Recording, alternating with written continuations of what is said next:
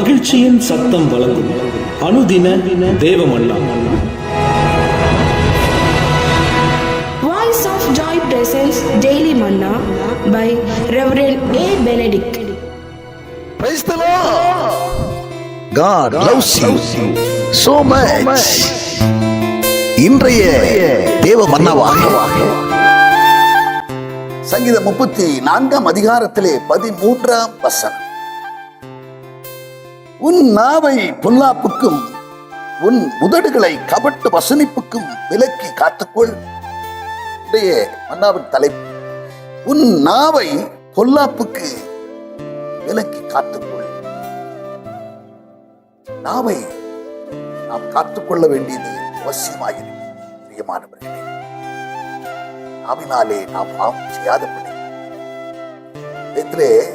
சங்கீதக்காரனாகிய தாவீது சொல்லுகிறான், துன்மார்க்கருக்கு முன்பாக நான் இருக்க மட்டும் வாயை கடிவாளத்தால் அடக்கி வைப்பேன் என்று சொல்லுகிறான். நாவுக்கு பொல்லாப்பு எப்போது வருகிறது என்று சொன்னார், மனதை துன்படும்படியாக பேசும்போது அங்கே பொல்லாப்பு வருகிறது. 4 அதிகாரத்திலே 29 வசனம் சொல்லுகிறது, கெட்ட வார்த்தை ஒன்றும் உங்கள் வாயிலிருந்து புறப்பட்டு வராதிருக்கட்டும், மாறாக பக்தி விருத்திக்கு ஏதுவான உங்களோடு பேச வருகிறவர்களுடைய பக்தி விருத்தி அடைவதற்கு ஏதுவான வார்த்தைகளே உங்கள் வாயிலிருந்து வரட்டும் என்று சொல்லி வார்த்தை சொல்லுகிறது. கெட்ட வார்த்தை விசுவாசிகளும் கூட சில வேளைகளிலே பேசிவிடுகிறார்கள், நாவை பொல்லாப்புக்கு இடம் கொடுத்து விடுகிறார்கள். எனவே தான் தாவீது பக்தன் சொல்லுகிறார், கன்மலையும் மீட்பெருமாகிய கர்த்தாவே, என் வாயின் வார்த்தைகளும் என்னுடைய இருதயத்தின் தியானமும் எப்போதும் உமக்கு முன்பாக பிரதியாயிருக்கட்டும் என்று சொல்லுகிறார். கெட்ட வார்த்தை பேசுகிறவர்கள் மகன் நோக பேசுகிறார்கள். இதுவான பிரதியுத்தரம் ஆற்றும். கடும் சொற்களோ கோபத்தை எழுப்பும் என்று சொல்லி வேதனை பார்க்கிற வண்ணமாக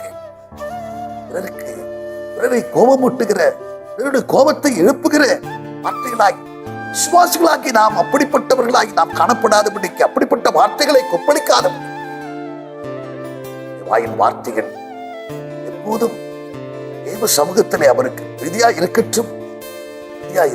பிரியமானவர்களே, புறச்சொல்லி தெரிகிறவர்கள், ஊர் சொல்லுகிறவர்கள் மனதை நோகடிக்கிறார்கள். எங்களுக்கு தங்களை பொல்லாப்பு வரும்படி அவர்கள் மனப்படுகிறார்கள். இந்த நிலைமை மாற வேண்டும் என்று சொன்னார். நிச்சயமாக கர்த்தருக்குள் உங்களை திடப்படுத்திக் கொள்ளுங்கள். உங்கள் வாயின் வார்த்தைகளும் இருதயத்தின் தியானமும் எப்போதும் அவருக்கு முன்பாக பிரீதியாயிருக்க கர்த்தர் உங்களுக்கு உதவி செய்வார். பொய் உதடுகள் அவருக்கு அருவருப்பாய் இருக்கிறது, உண்மையாய் நடக்கிறவர்களோ அவருக்கு பிரியம் என்று சொல்லி வேதம் சொல்லுகிறது. உண்மையாய் நடக்கிறவர்கள் அவர்கள் நிச்சயம் சத்திய வார்த்தைகளையே பேசுவார்கள்.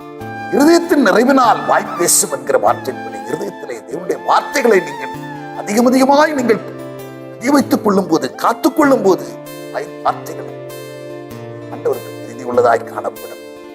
உங்களிடத்திலே பேச வரும்போது, உங்களிடத்தில் உத்தரவு கேட்க வருகிற ஒவ்வொருவரோடும் நீங்கள் சாந்தத்தோடும் வணக்கத்தோடும் உத்தரவு சொல்ல எப்போதும் ஆயத்தமாய் இருங்கள் என்று ஒன்று பேதுருவின் புத்தகத்திலே 3 அதிகாரம் 15 வசனத்திலே சொல்லப்பட்டிருக்கிற வண்ணமாக சாந்தத்தோடும் வணக்கத்தோடும் யாவருக்கும் உத்தரவு சொல்ல ஆயத்தமாய் இருப்போம். நாவை பொல்லாப்புக்கு இடக்கூடாது. நாம் ஜெபம் பண்ணுவோம். பரலோக பிதாவே, நாங்கள் உம்மை துதிக்கிறோம், உம்மை ஸ்தோத்தரிக்கிறோம். ஆண்டவரே, நாளிலே நீர் கொடுத்த வார்த்தைக்காக நன்றி அப்பா. உங்களுடைய நாவை நாங்கள் பொல்லாப்புக்கு விலக்கி, ஆண்டவரே, கபட்டு வசனிப்புக்கும் பொல்லாப்புக்கும் எங்களை நாங்கள் விலக்கி காத்துக் கொள்ளக்கூடியவர்களாய் நாங்கள் காணப்பட வேண்டுமே. வாயின் வார்த்தைகளும் இருதயத்தின் தியானமும் எப்போதும் நம்முடைய சமூகத்தில் நமக்கு பிரீதியாயிருக்கட்டும். ஆண்டவரை எங்களை ஒப்புக் கொடுக்கிறோம், பொறுப்படுத்திக் கொள்ளும். இயேசு கிறிஸ்து நாமத்தில் ஜெபிக்கிறோம் நல்ல பிதாவே.